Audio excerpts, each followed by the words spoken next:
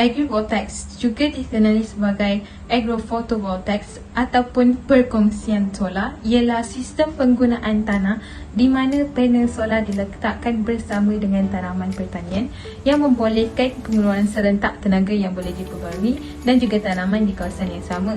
Idea ini adalah untuk mengoptimumkan kecekapan penggunaan tanah dengan menggunakan tanah yang sama untuk kedua-dua tujuan yang boleh membantu meningkatkan produktiviti dan juga pemampanan kedua-dua pertanian dan juga pengeluaran tenaga. Panel solar biasanya dipasang pada struktur yang memberikan teduhan kepada tanaman yang boleh membantu mengurangkan kehilangan air melalui penyejatan dan suhu yang lebih rendah, mewujudkan iklim mikro yang lebih baik untuk pertumbuhan-tumbuhan.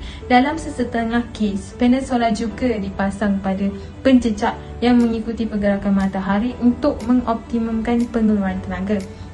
Sistem agrivoltaik masih agak baru dan penyelidikan sedang dijalankan untuk menentukan reka bentuk dan amalan pengurusan yang optimum.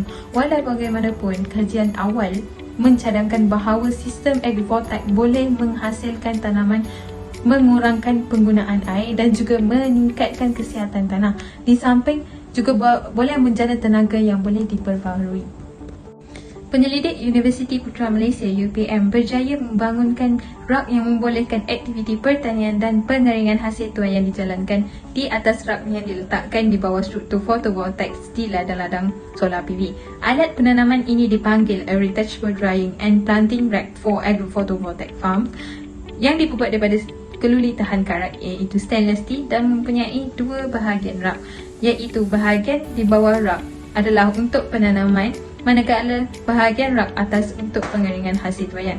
Bagi memastikan tiada gangguan terhadap penghasilan tenaga elektrik oleh penjaring PV, hanya tanaman yang sesuai seperti nisai kucing dan hempedu bumi digunakan untuk tujuan pertanian. Melalui inovasi ini, petani hanya perlu menyusun polybag tanaman di atas rak bawah dan kemudian menyorong alat itu ke bawah solar PV tanpa perlu petani masuk ke bawah struktur solar PV. Bagi tujuan penuaian pula, petani hanya perlu menarik alat ini keluar untuk menjalankan proses tuaian. Hasil tuaian akan diletakkan di atas rak dan disorong kembali ke bawah solar PV untuk proses pelayuan dan juga pengeringan.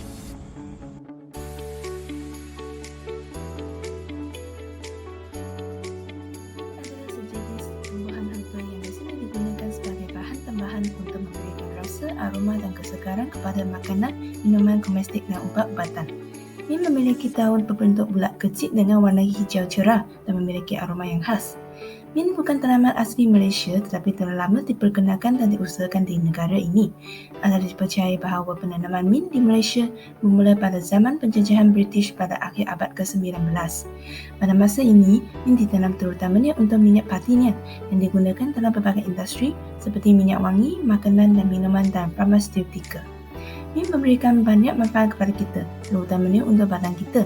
Ia kaya dengan nutrisi seperti vitamin A, C dan E, serta mineral seperti kalsium, magnesium dan potasium.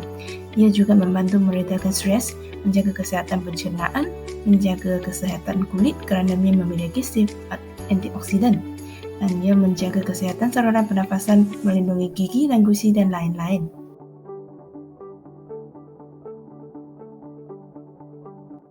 Terdapat beberapa cara untuk kita menanam tumbuhan daun pidina. Yang pertama, kita boleh menanamnya dengan sistem biasa yang kita tanam, iaitu tanam di atas tanah. Dan yang kedua, menggunakan sistem hidroponik. Dan yang ketiga, kita menggunakan sistem fertigasi gantung. Dalam video ini, kita akan memfokuskan kepada sistem fertigasi gantung.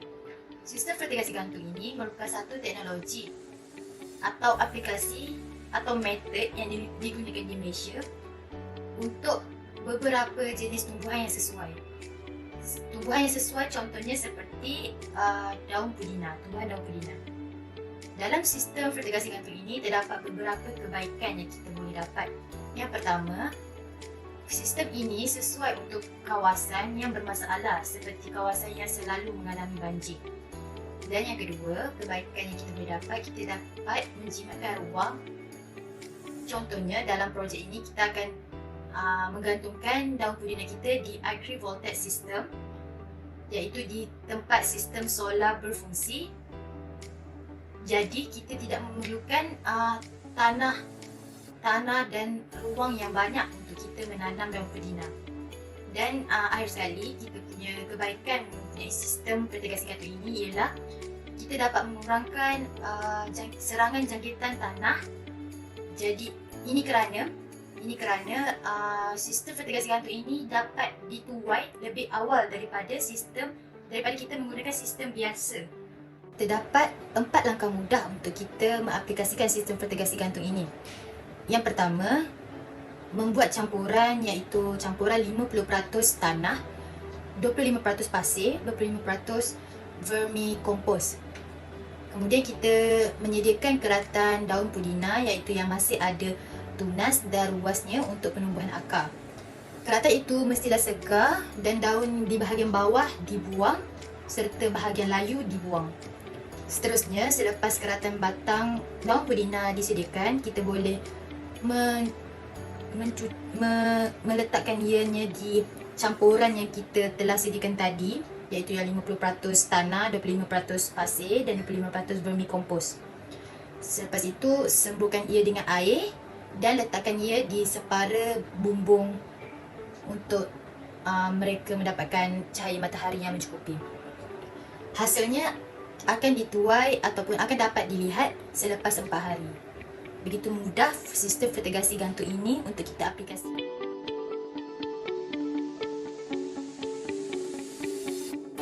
Terdapat beberapa bahan yang digunakan untuk menghasilkan gibang tersebut.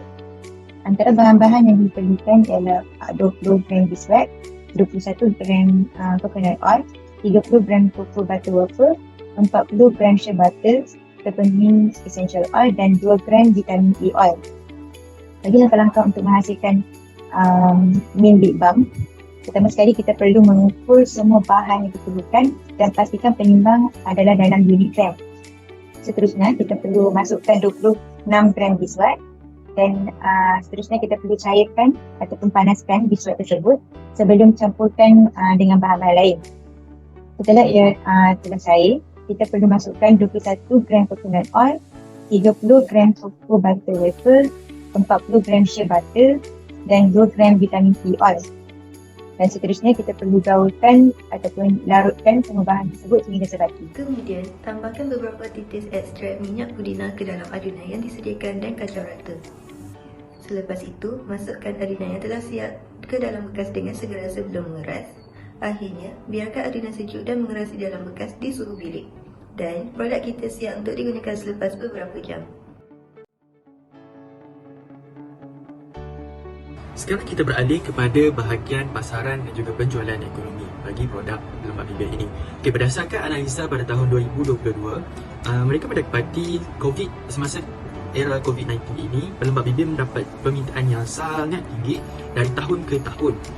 Okay, dengan jualan hampir mencecah 893.9 juta US dollar pada peringkat antarabangsa. Ini menunjukkan setiap lapisan masyarakat sangat tertarik untuk membeli dan menggunakan pelembab bibir ini dalam kehidupan seharian mereka. Jelas, ianya sesuai untuk setiap lapisan masyarakat dan bukan sahaja pada wanita yang seperti mana kita tahu, namun pada lelaki dan juga kanak-kanak kerana kandungan dia sangatlah yang bermutu dan berkualiti tinggi. Dan juga kesedaran daripada masyarakat kita sekarang lebih peka terhadap kesihatan mereka, bukan sahaja pada diri mereka sendiri namun juga kepada persekitaran mereka seperti keluarga dan juga rakan-rakan setempat. Okey. Seperti mana yang saya sebutkan sebentar tadi, peningkatan ini dari tahun ke tahun dan juga mengalisa sebanyak 3.94% saban tahun dari bermula pada tahun 2015 sehingga tahun 2020 dan juga menjangkakan peningkatan sehingga pada tahun 2026. Okay. Produk ini sebenarnya boleh didapati pada dua tempat. Pertama, kita menjual pada platform secara di kedai offline dan juga secara atas talian online. Okey, pertama secara offline di sekitar pasar raya besar, kedai kesihatan dan juga ejen-ejen yang berada di kawasan sekitar supaya masyarakat lebih mudah pergi untuk membeli jika produk itu berada di kawasan yang berdekatan. Baiklah. Okey, mengapa kami juga menjualnya di dalam platform online? Saban tahun kita mendapati peningkatan teknologi ini sangat membantu dalam aspek penjualan. Oleh itu, jika menggunakan platform online ini, kita mampu memperluaskan ekonomi kita. Kita dapat mengeksport barangan kita ke luar negara sekiranya permintaan kita juga tinggi. Secara tidak langsung, ekonomi kita juga akan meningkat. Jadi, kita dapat simpulkan bahawa produk daripada Pudina ini sangatlah membantu dan juga merangsang ekonomi negara kita dan juga masyarakat kita. Sekian, ini sahaja pembentangan kami mengenai modul untuk penanaman Pudina sehingga penghasilannya sehingga menjadi produk untuk dijual kepada masyarakat dan juga merangsang ekonomi negara.